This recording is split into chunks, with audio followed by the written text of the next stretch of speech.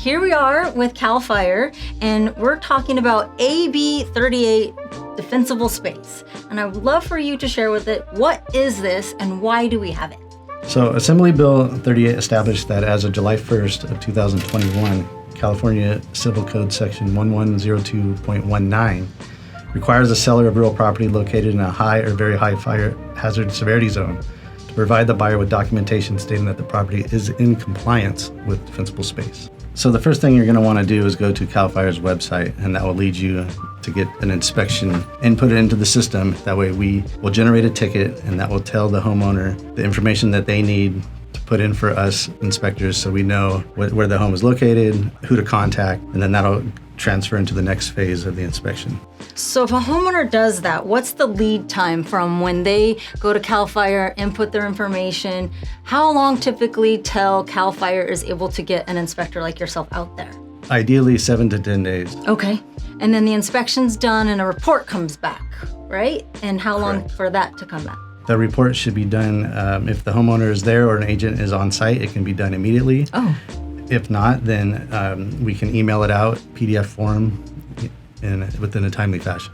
So why is this defensible space important? What does it do? So the idea is homeowners provide the defense while we provide the offense. We're more about educating the public, talking to homeowners, making them realize that their home is either defensible or undefensible. Yeah. And if it's undefensible, then what they need to do to make it safer for themselves, for the property that they own, the family that lives in there, and then the firefighters that come on scene that are going to try to save that home.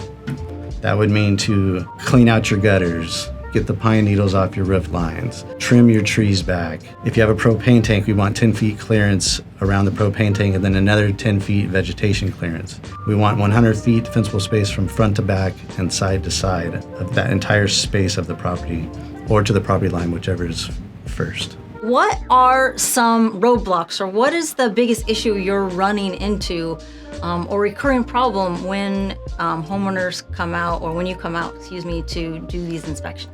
The biggest thing I see is just annual maintenance neglect. Some of the bigger properties that I come across, it would just be annual grasses need to be cut down to 4-inch max height is what we want. A lot of the palm fronds are big and shaggy, sitting up next to a roof line. We don't want that. Let's join Defensible Space Inspector Chris as he examines properties in the city of Lake Elsinore and the Temecula wine country. So I'm standing here in Lake Elsinore. I'm at a 2-story structure. Properties in this area fall under the high severity fire zone based on the home's characteristics surrounded by its immediate area. So in this particular area, we have a hillside that is covered with vegetation, and this area is prone to fire activity. I'm going to be looking for excess vegetation, palm trees that have fronds that are dead and dying, that are encroaching on roof lines. I'm going to be looking for anything that is in excess, dead and dying. So I'm standing here in Temecula wine country. I'm on a much bigger property than the one that we were at earlier today in Lake Elsinore. Properties of this magnitude make it a little bit more complex and a little bit more dynamic. You can see he's got vegetation on the side of this small slope here, but it's got adequate spacing between the vegetation. It's got sprinkler systems set up. So this part of the property looks good. As we dip down here into the front, it's more of the same, right? It's got a lot of sparse vegetation with the sprinkler system. I spotted a propane tank over here in the left corner. As you can see, this propane tank is encapsulated by these large shrubs, so they're gonna have to get these and trim them down and get them out.